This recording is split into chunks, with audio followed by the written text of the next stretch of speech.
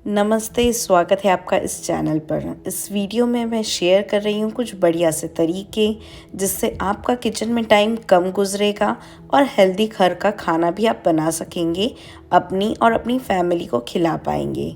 अगर video helpful लगे तो सब्सक्राइब भी कर दीजिएगा। चलिए शुरुआत करते हैं।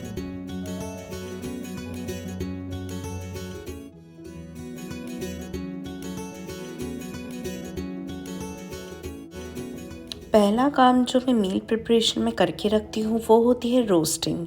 मैं आटे के हलवे के लिए, सूजी के हलवे के लिए, उपमा और दलिया के लिए इन सब चीज़ों को मैं रोस्ट करके एक कंटेनर में रख कर फ्रिज में स्टोर कर लेती हूँ।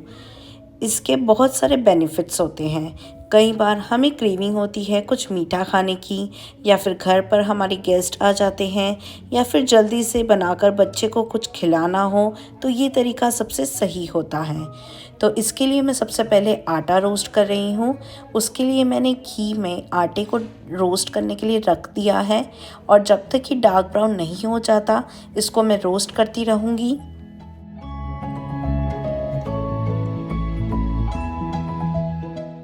आप देख सकते हैं मेरा आटा अब अच्छे से रोस्ट हो गया है, और अब मैं इसे कंटेनर में निकाल लूँगी। उसी तरीके से मैं सूजी को भी रोस्ट कर लूँगी।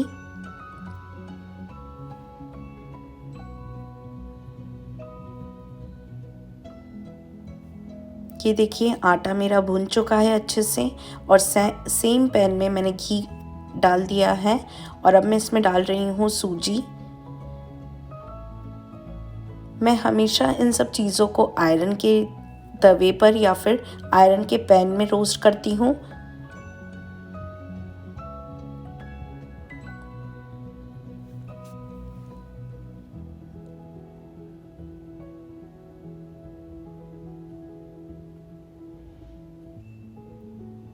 और ये देखिए मेरी सूजी भी अब अच्छे से भुन चुकी है। इसे भी मैं कंटेनर में निकाल लूँगी। और अब मैं रोस्ट करूँगी उपमे के लिए सूजी। तो मैं उपमे को भी घी में ही बनाती हूँ। इसके लिए मैंने एक पैन में घी ले लिया है, और अब मैं इसमें डाल रही हूँ राई, सफ़ेद तिल्ली, और साथ ही डाल दूँगी कड़ी पत्ता और सूजी, और एंड में मैंने डाल दिया है नमक। इसे भी मैं अच्छे से रोस्ट कर लूँगी।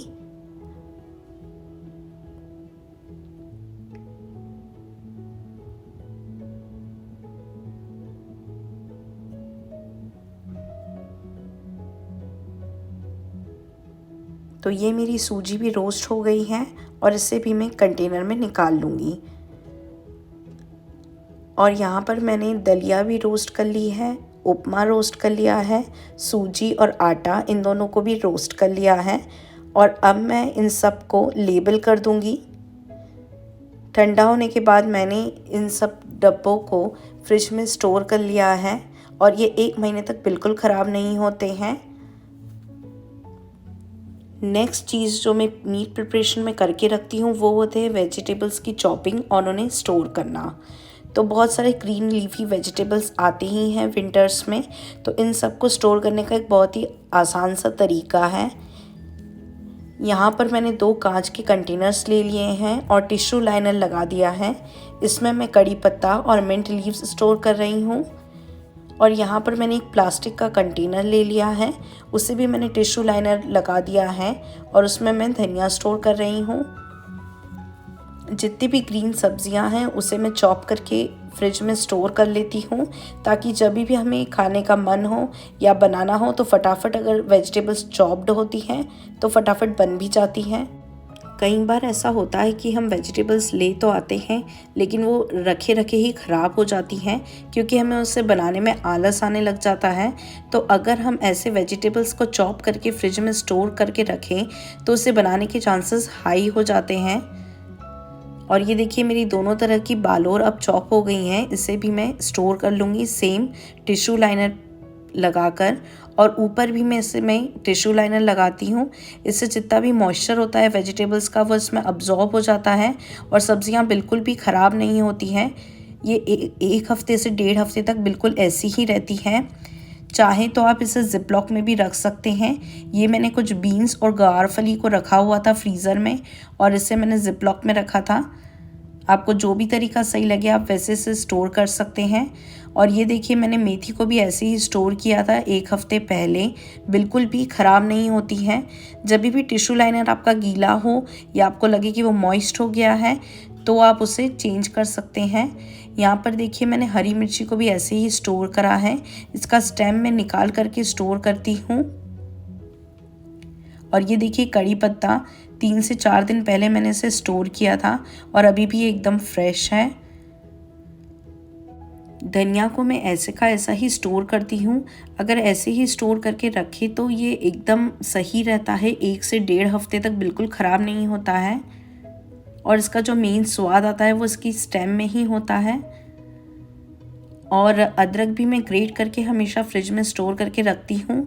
कभी भी चाय बनानी हो या फिर किसी सब्ज़ी में से ऐड करना हो तो अगर अदरक ग्रेट करके रखें तो फटाफट बन जाती है और यूज़ में भी आ जाती है।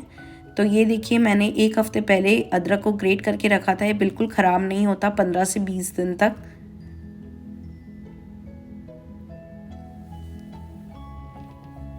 नेक्स्ट प्रिपरेशन जो मैं करके रखती हूँ वो है चटनीज़ की प्रिपरेशन। उसके लिए मैं इमली की चटनी और हरे धनिए की चटनी बना करके रखती हूँ। यहाँ पर मैंने ले लिए ये इमली का पैकेट, ये 400 ग्राम इमली का पैकेट है और सीडलेस है। आधा कप मैं इमली का पल्प ले रही हूँ और इसमें मैं ऐड कर दूँगी 2 कप गर्म पानी और उसे मैं आधे घंटे तक ढक कर रख दूँगी। आधे घंटे बाद मैं इसे अच्छे से एक बार मिक्स करके ब्लेंडर में पीस लूँगी।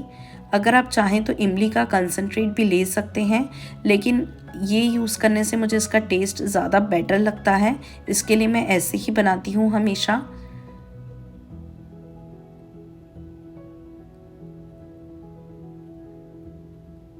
ये इमली की चटनी भी 3 से 4 महीने तक आराम से चल जाती है फ्रिज में। और अब मैंने इसे ब्लेंड करने के बाद अच्छे से छान लूँगी जिससे इसके रेशे जो हैं वो अलग हो जाएं।